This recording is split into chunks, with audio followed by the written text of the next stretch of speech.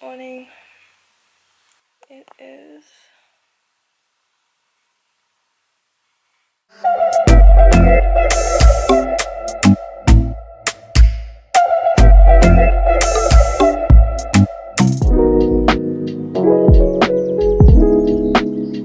woke up at 5 a.m. I've just been waking up really early at like 5 to 6 so my body clock is used to it, but last night I managed to sleep around 10:30, 11, which is 12, 1, 2, 3, 4, 5, which is 6 hours of sleep, which is better than my 4 hours of sleep the night before. I feel really anxious.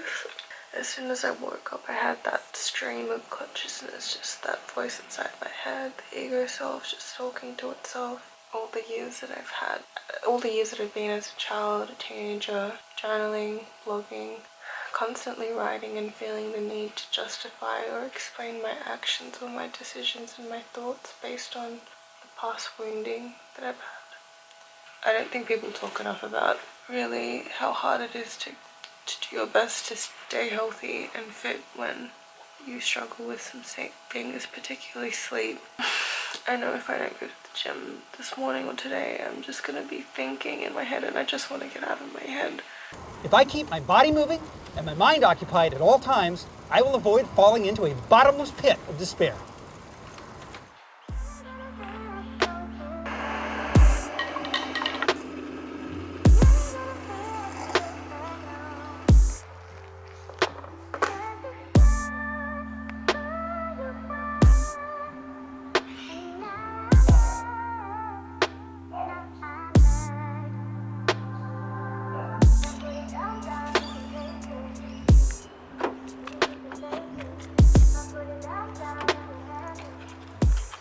As I just got into that car, my mum told me to get out of her car and to use the other family car because she needs her car for work. But I prefer her car because it has Bluetooth and I can actually listen to my music on the way to the gym, and this other family car is so old that the aux doesn't work. Grateful to even have a family car that I can drive.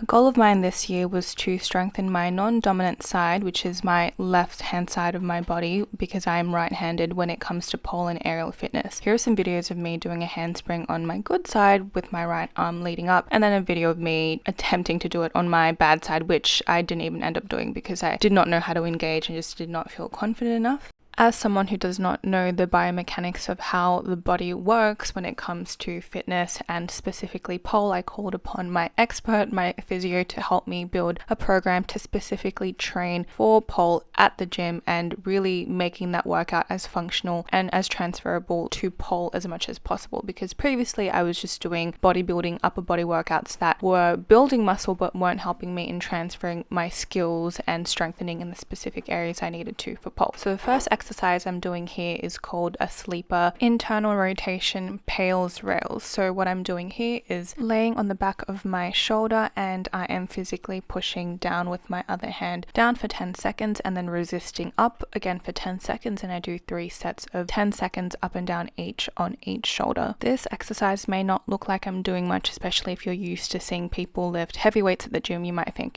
this isn't doing anything, but I promise you it is freaking intense because you are forcing your muscles to move in the most extreme range of motion, and when we're doing training like gym, we're often in our mid range of motion. I highly recommend, if you're doing any sports, to look up PAILS RAILS or see an exercise physio if you can, to work on specific strengthening and goals and injury prevention. The next exercise that I'm doing is called prone double block external rotation hold. So what I'm doing here is I have my arms in cactus arms, 90 degrees on each side, and I am pushing up with my shoulders and holding that for 45 seconds, and I'm just doing one set of a 45-second hold. Then I'm moving on to a lift off to overhead carry. So from that cactus arm position, I am moving my arms completely up straight, and that is 1 rep, and then going back down, and I'm doing 10 reps, one set of 10 reps for this one. Then the next exercise I'm doing is a supine dumbbell eccentric internal rotation and external rotation. I'm starting off with the external rotation, which is your shoulders going back,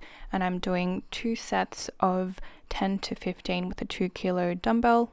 I'm timing it so that I'm going 1, 2, 3, down, pause, and then back up. Then I'm doing the same for my internal rotation, so that is putting my shoulders down, same timing, 1, 2, 3, down, pause for 1 at the bottom, and then coming back up. And when I'm done, I'm doing my cat-cow stretches and my slow peeling up and down cobras for 8, and then I'm just doing some general stretches for fun that I enjoy doing. So an upper back stretch with my yoga blocks, and then pancakes, active flexibility, hunching to come down, arching to come up, pulsing, and doing side stretches. Then for the first exercise, I'm doing pull-ups. At the moment, my PR is 4 pull-ups consecutively before I fatigue and tire out. So I'm doing 4 unassisted. And then for my second set, I did 3 this day. And then for my third set, I did about 5 using the band. I try to go as close to failure as I can, but not completely till failure because I have an entire workout to go. But with pull-ups, honestly, it's really, really hard. It took me, I want to say, months and months of practicing with the band and just general upper body workout when I did CrossFit for a few months until I got it, and at that point I had been polling for over 2 years, so that obviously really helped. So if you're looking to get your pull-ups, don't worry, it takes a really long time. Next exercise that I'm doing will actually help with pull-up strength, so that's why I do it. It's called scapular pull-ups, and I'm just retracting my scapula, and I'm not sure if you can see my shoulder blades kind of coming out, but that's what I'm trying to do, just really engage up and down, and that mimics the initiation of when you first do a pull-up. Then for my second exercise, this was prescribed by my physio, and it's called a single arm landmine press. So this motion, if you're familiar and you do pole, is the motion that you do when you're doing a push and pull movement like in a handspring or Aisha, and it's so important now I realize, anyway, since I've started kind of training to do your single arm things, your single arm workouts, your single leg workouts, just because we often have a dominant side that tends to overcompensate for the weaker side. So for this one, the same arm that is pushing the barbell is the same leg that's coming up in a bent knee position, and then the back leg, my toes are a little bit pointed at, you can't really see in this angle, and what I'm doing is just pushing all the way up till I'm extended, pausing for a second, and then bringing it back down so that my elbows come in a 90-degree angle. Then for the third exercise, I am doing supinated lat pull downs. So supinated lat pull downs are like normal lat pull downs, except your grip is different. Your palms are facing towards your face rather than away from your face towards the machine, which is a normal way. My physio recommended that when doing upper body workout, it's really important to play around and switch your grips to get as much range of motion as you can. And this supinated one in particular is really good because it works the biceps as well. So for me, normally on my upper body day where I'm training back, I'll also do bicep curls, but I'm not doing them this day because this workout pretty much targets them, and it just kind of is more efficient and saves time, so I don't have to do biceps curls, and I probably won't do that moving forward just because it's easier to do this one exercise that does both. Then the next exercise I'm doing is not one that my physio prescribed to me, but something that I've been doing for the past 5 weeks since I've been back at the gym on my upper body push back days. This is a single arm dumbbell row, and I started off with 10 kilos and then moved up to about 12.5 kilos, and I'm doing a semicircle motion from closest to me in the ground, straight arm, and then bringing my elbows all the way up, making sure my back stays neutral. Then the last exercise I'm doing that was prescribed to me by my physio is a single arm farmer's carry using a kettlebell. Here I'm using 12.5 kilos, and then I move up to 14, and I'm walking back and forward for 1 minute on each arm. It doesn't look like I'm doing much, but honestly, if you're walking around with a weight for a minute or 2 minutes in total, it does burn, so this is a good one to burn with. And the point of this is to force your body to engage, because when you're carrying something heavy on one side, you tend to want to naturally droop to that one side. So what you're doing is engaging that side of your body to keep your shoulders back up and engaging your core and everything as you keep walking, and this is what I really need, is to get my body used to and remember that muscle memory of engaging on my non-dominant side. Then to end my workout, I'm just doing quick stretches for my shoulders. I'm doing a cactus arm 90-degree against the wall, and then stepping forward and then pushing against the wall, and then straightening my arm and pushing up against the wall. I love doing these stretches. I always do them whenever I have a shoulder or upper body day, and I like to do them after pole as well. They just really stretch your shoulder in a really good way, so I love them. And then I'm getting my TheraBand, and I'm doing banded pass-throughs at the back and forward, and then where it's the most tight, as I pull the TheraBand back, I just keep it there and just sit with the stretch. It's really intense, but it's really good to get in those tight areas. So I've logged on, and I haven't said anything on YouTube, but I actually resigned from my job, so I'm not going to be working at the Big Four starting next year. Nothing bad or anything, it's just time for me to move on. I've reflected and reassessed where I would like my long-term career to be, and it's not an audit. It's something that I kind of just fell into and did for the sake of doing, not because I genuinely wanted to. I've never been a numbers person. I dropped maths in high school. I did all English, humanities. I've been more of a wordy type person. I love to write. So the new role that I'm taking is going to be in the commercial sector, and I'm going to be taking a risk and compliance risk assurance role. So there will still be a little bit of audit in the sense of testing, controls, looking at assurance, but really working with the regulatory bodies. Okay. I'm gonna have a quick shower. I feel like I just need to cleanse, let the water cleanse my anxious energy that I woke up with this morning. Please open your eyes now, but keep some attention in the inner energy field of the body, even as you look around the room.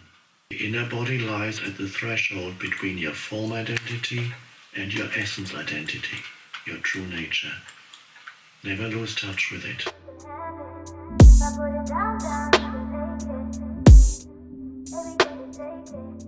Little outfit's changed because I have a meeting in an hour, and I'm also gonna stay back a little bit later tonight. So normally we would finish around 5:15, 5:30, but I'm gonna work until about 7 o'clock tonight.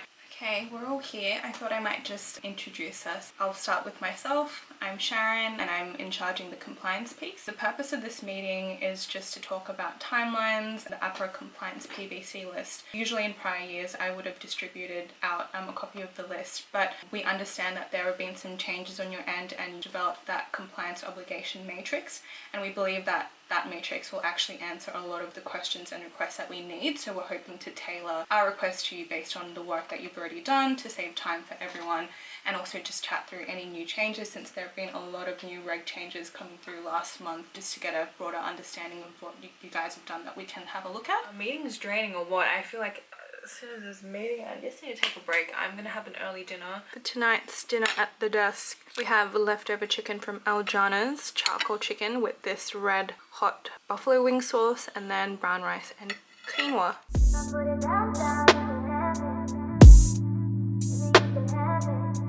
It's 7:30 and I'm feeling overwhelmed and I just want to sleep. I just finished work and there's a lot to do because a lot of the sections, like the compliance and risk piece that I was working on, I have been in charging and leading those over the past couple of years, and no one else on the team has really helped. All the people that have helped aren't on the team anymore, so trying to help the teams finish that all before the end of this year, or as much as possible before I go, and that means working on another client at the same time. But yeah, here's what it is.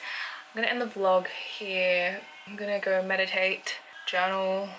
Alright, good night. I hope you guys are well. I hope you have a good day, night, or wherever you're from this part of the world, and I hope the audio quality was okay. Alright, I'll talk to you guys soon. Bye.